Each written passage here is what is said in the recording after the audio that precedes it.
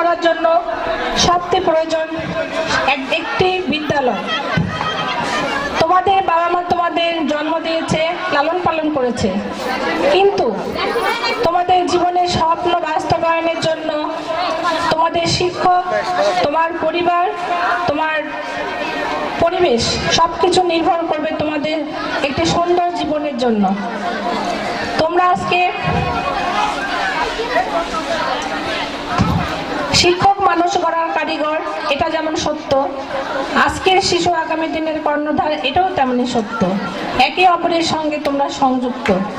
এই চিন্তা মাথায় রেখে তোমরা যখন লেখাপড়া করবে, শিক্ষকের উপরে বেশি প্রাধান্য দিবে। একজন বাবা মা যখন ছোট থেকে ছেলে মেয়ে বড় করে স্কুল এনে দিয়ে বলে আমার মেয়েটাকে দেখো, এরপর কিন্তু বাবা মারা তেমন কোনো দায় থাকে না। এটা আমাদের দেশে যেটা আমরা দেখি যে শিক্ষকই সব ছেলে মেয়েকে মানুষ করাই দিবে, কিন্তু সেটা ঠিক না। একটি স্কুলের প্রশংসা, একটি মানুষের জীবনের প্রশংসা, একটি মানুষের জীবনে উন্নত জীবন ব্যবস্থা, এখানে তিনটি সমন্বয়। একটি হচ্ছে পরিবারের বাবা মা, একটি হচ্ছে এই প্রতিষ্ঠান, আর যে মানুষ হবে সে নিজে। এই তিনটি প্রতিষ্ঠানের এই তিনটি সমন্বয়ে একটি মানুষ একটা সুনাগরিক হিসেবে গড়ে ওঠে। আমরা লেখাপড়া শিখে ভালো রেজাল্ট করব, এটা অবশ্যই করতে হবে, কারণ শিক্ষিত হয়ে ছাড়া অশিক্ষিত মানুষের কোনো মূল্য হয় না। আমরা শিক্ষিত হব, কিন্তু বর্তমান দেশের যে প্রেক্ষাপট, শুধু এগুলো শিক্ষিতকে আমরা সুনাগরিক হিসেবে বলছি না, এটা শিক্ষিতকে শুধু আমরা একটি স্বশিক্ষিত বলছি না। এই শিক্ষিত হওয়ার পেছনে একটি মানুষের জীবনে মানবিক গুণ, নৈতিক গুণাবলী একান্ত প্রয়োজন। এই গুণাবলীগুলো আমরা শিক্ষার পাশাপাশি শিক্ষকের কাছ থেকে জানবো, বাবা মার কাছ থেকে জানবো, বড় ভাইয়ের কাছে জানবো, প্রতিবেশীর কাছে জানবো, জেনেই আমাদের আগাইতে হবে। এছাড়া শিক্ষার কোনো মূল্য নেই। আমরা শিক্ষকের জীবনে আজকে তোমরা তরুণ সমাজ আমাদের দেশের সম্পদ। এই তরুণ সমাজ যেহেতু সম্পদ, এই জন্য এই তরুণ সমাজকে আমাদের আজকের যে সামাজিক যে অবক্ষয়, এটি অনেক খারাপ অবস্থায় আছে। আমরা এই তরুণ সমাজকে আমাদের বাঁচাতে হবে। এর জন্য আমাদের পরিবারভাবে আগায় আসতে হবে। পরিবার আমাদের আগায় না আসলে আমরা তরুণ সমাজকে কোনোভাবেই আগাইতে পারবো না।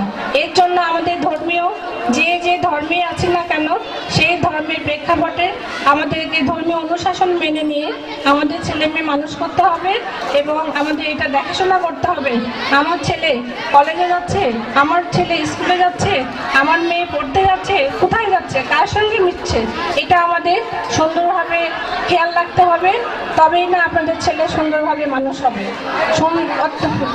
ছেলে মেয়েদের দিকে যদি আমরা নজর না দেয়, আজকে আমাদের যে দেশের অবক্ষয়, অনেক ছেলেমেয়েরা জঙ্গিবাদে অংশ নিচ্ছে, সন্ত্রাসবাদী অংশ নিচ্ছে।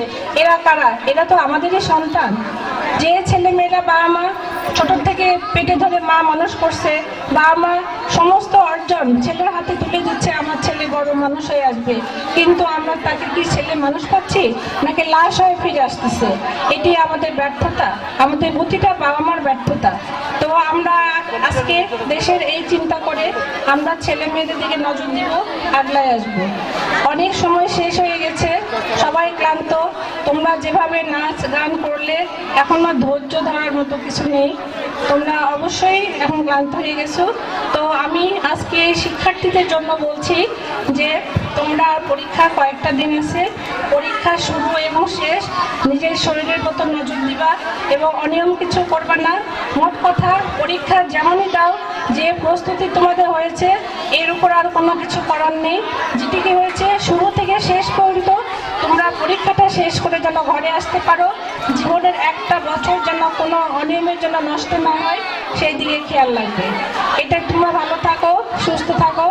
আর শেষে আমি আরেকটা কথা বলছি, আজকে শেষ সময়, আজকে যারা তোমরা আজকে শিক্ষার্থী, আজকে সকলের প্রতি আমার একটা, আমরা সবাই মিলে এখানে অঙ্গীকার করি সবাই মিলে যে আমরা মুক্তিযুদ্ধের চেতনাকে জাগ্রত করি, সকলের সঙ্গে বন্ধুত্ব সম্পর্ক বজায় রেখে সন্ত্রাসমুক্ত দেশ গড়ি, মাদকমুক্ত দেশ গড়ি, বাল্যবিবাহ মুক্ত সমাজ গড়ি, এই হোক আমাদের সকলের অঙ্গীকার।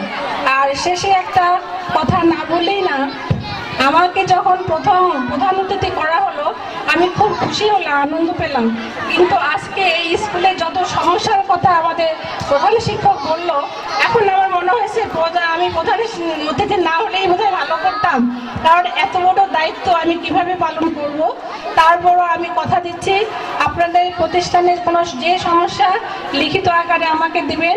আমার তো নিজের কোনো ক্ষমতা নেই, আমার বাড়ির ক্ষমতা আছে, সেই বাড়ির ক্ষমতা দিয়ে আমি আপনাদের আশা-আকাঙ্ক্ষা পূর্ণ করব বলে আশা করি। ধন্যবাদ সবাইকে, সবাই ভালো থাকেন, সুস্থ থাকেন, আল্লাহ হাফেজ।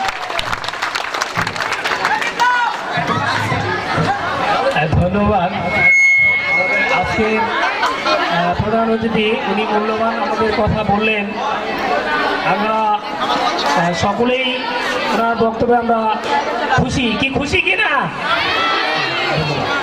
আমরা এখন আবার যে সাংস্কৃতিক অনুষ্ঠান হচ্ছিল আমরা এখন আবার ফিরে যাব।